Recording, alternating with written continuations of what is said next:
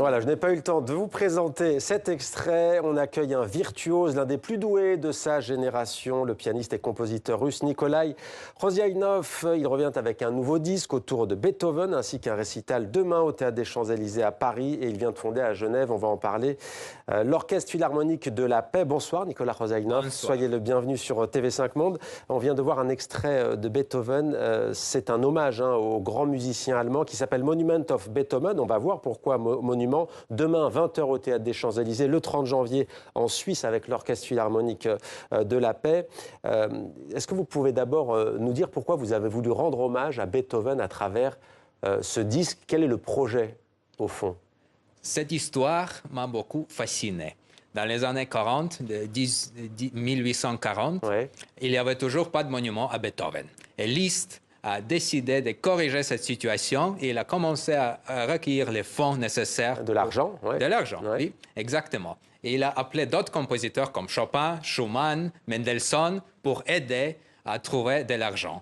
Ils ont tous écrit des pièces.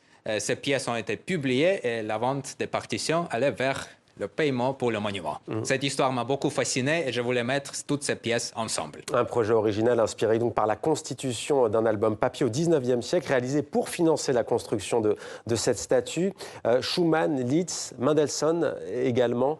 On écoute un extrait et on en reparle juste après.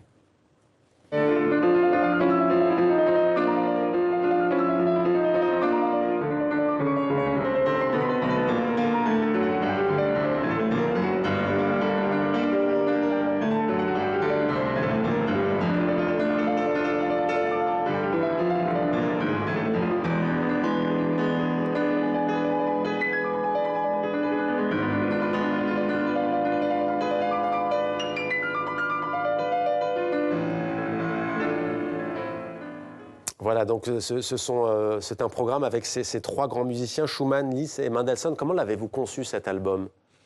Cet album, je trouvais cette histoire et je l'ai beaucoup aimé et je voulais présenter ces pièces ensemble en ajoutant aussi ma pièce que j'ai composée pour les Nations Unies, Pétales de la Paix. Voilà, et c'est le dernier morceau qui se termine effectivement cet album par Pétales de la Paix, commandé par l'ONU pour vos grands concerts qui étaient en 2022. Vous êtes ambassadeur pour la paix aux Nations Unies. On va donc évoquer ce concert qui a lieu le 30 janvier à Genève, en Suisse.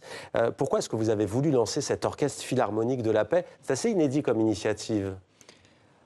Vous savez, ce que nous voulons le plus dans la vie, c'est la liberté et la paix.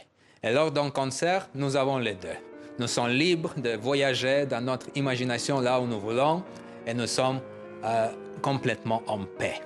Et je voulais avoir cet ensemble, je voulais faire un concert avec des musiciens de différentes origines, de différentes ethnies, de différentes couleurs de passeports. Ils viendront d'où, les musiciens? Les musiciens il y a des Russes, il y a des Ukrainiens, il y a des Juifs, il y a bien sûr des Français et des Suisses aussi. Il y a différentes ethnies et différentes nationalités.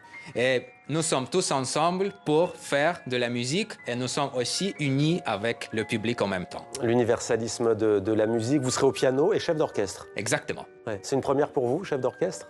Non, pas du tout. J'ai commencé très tôt, en fait. J'avais 7 ans quand j'ai commencé à étudier et puis pratiquer la direction d'orchestre. Ouais. J'avais des magnifiques profs comme Vladimir Bogorad, qui était un grand chef à Théâtre Bolchoï. Ouais. Et vous avez commencé le piano à quel âge? 5 ans? À 5 ans, oui. Ouais. Que représente pour vous Beethoven? C'est un monument, comme je l'ai appelé le CD. C'est un grand monument qui est éternel, qui restera pour toujours. Je dirais même que Beethoven sera là, même après tous les politiciens, même après Napoléon, Beethoven sera toujours là.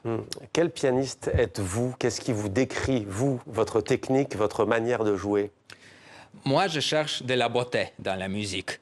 Quand je joue au piano et quand je compose aussi, je cherche des belles sonorités et c'est ça ma contribution en fait pour la vie et pour le monde. Ouais. 5e album, qu'est-ce qu'il a de particulier celui-ci par rapport au précédent?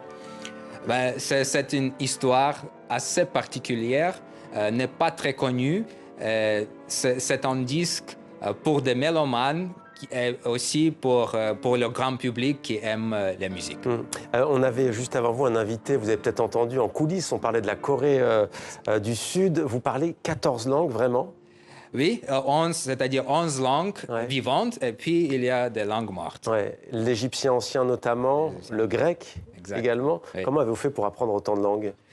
C'est la passion, j'adore des différentes cultures, et pour moi, la langue, c'est la clé à la culture. C'est la clé ou c'est une musique aussi?